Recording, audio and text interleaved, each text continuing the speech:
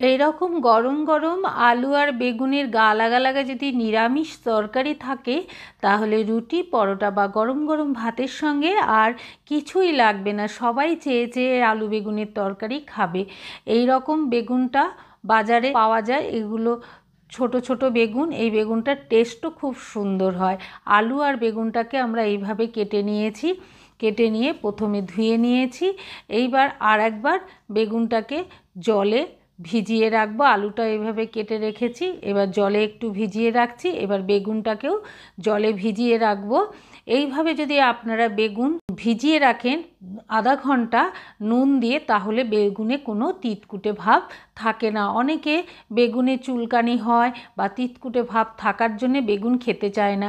তা যখনই রান্না করবেন তার আগে এইভাবে আধা ঘন্টা নুন জলে ডুবিয়ে রেখে দেবেন, তাহলে বেগুনের তিতকুটে ভাব চলে যাবে আর এতে বেগুন খেলে মুখও চুলকাবে না। বেগুনটা জলে ভিজিয়ে রেখে দিলাম। আর এদিকে একটা কড়াই বসিয়ে দিয়ে তাতে 2 চামচ বেসন দিয়ে দিলাম, নিয়ে বেসনটাকে ভালো করে ভেজে নামিয়ে রেখে দিলাম। কড়াইটা গরম বসিয়ে দিয়েছি, তার ভেতর তেল দিয়ে দিলাম। তেলটাকে কড়াইয়ের গায়ে ভালো করে লাগিয়ে নিলাম। তেলটা যখন গরম হয়ে যাবে গোটা জিরে ফোড়ন দিয়ে দেবো। জিরেটা যখন একটু ভাজা হয়ে যাবে আলুগুলো তেলের ভেতর দিয়ে দেবো, দিয়ে নেড়ে নিয়ে ঢাকা লাগিয়ে কিছুক্ষণ মিডিয়াম টু লো ফ্লেমে বসিয়ে রাখবো ভাজার জন্যে। আলুগুলো যখন ভাজবেন তার আগে কিন্তু তেলটাকে খুব ভালো করে গরম করে নেবেন, তারপরে গ্যাসের ফ্লেমটা কমিয়ে তারপর আলুটা দেবেন। কিছুক্ষণ পর ফিরে এলাম, তারপর ঢাকাটা খুলে নিয়ে তার ভেতর স্বাদ অনুসারে লবণ দিয়ে দিলাম।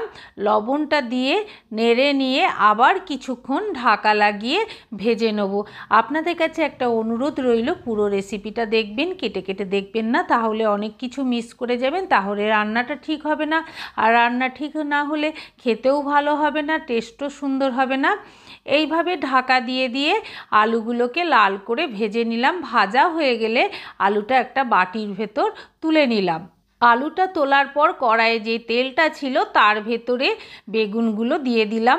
বেগুনগুলো দেওয়া হয়ে গেলে বেগুনগুলোকে এইভাবে উল্টে দিতে হবে, দিয়ে ঢাকা দিয়ে ভেজে নেবেন। যেদিকে বেগুনের খোসাটা হয় সেই দিকটা দিয়ে ভেজে নেবেন, তাহলে তেল কম শুষবে।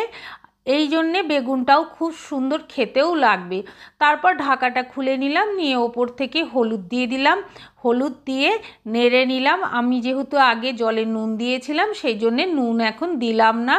হলুদটা দিয়ে নেড়ে নিয়ে বেগুনগুলোকে ঢাকা লাগিয়ে আবার ভেজে নেব কিছুক্ষণ পর আবার ফিরে এলাম।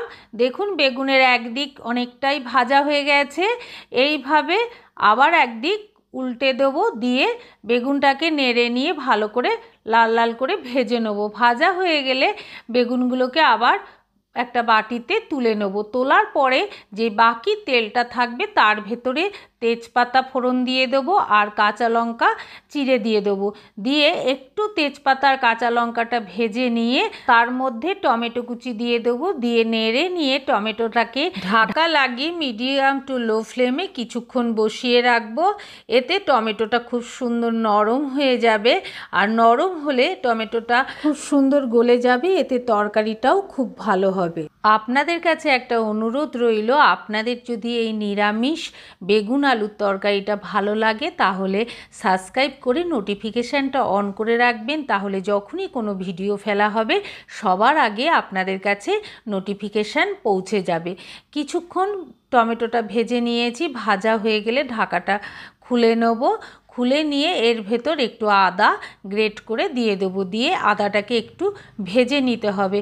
যখন আদার গন্ধ চলে যাবে তার ভেতর একে একে কিছু মশলা দিয়ে দেবো। প্রথমে দেবো ধনে গুঁড়ো, তারপর দেব একটু গরম মশলা, তারপর দেব জিরে গুঁড়ো, আর রঙের জন্যে দেবো একটু হলুদ আর কাশ্মীরি লঙ্কার গুঁড়ো।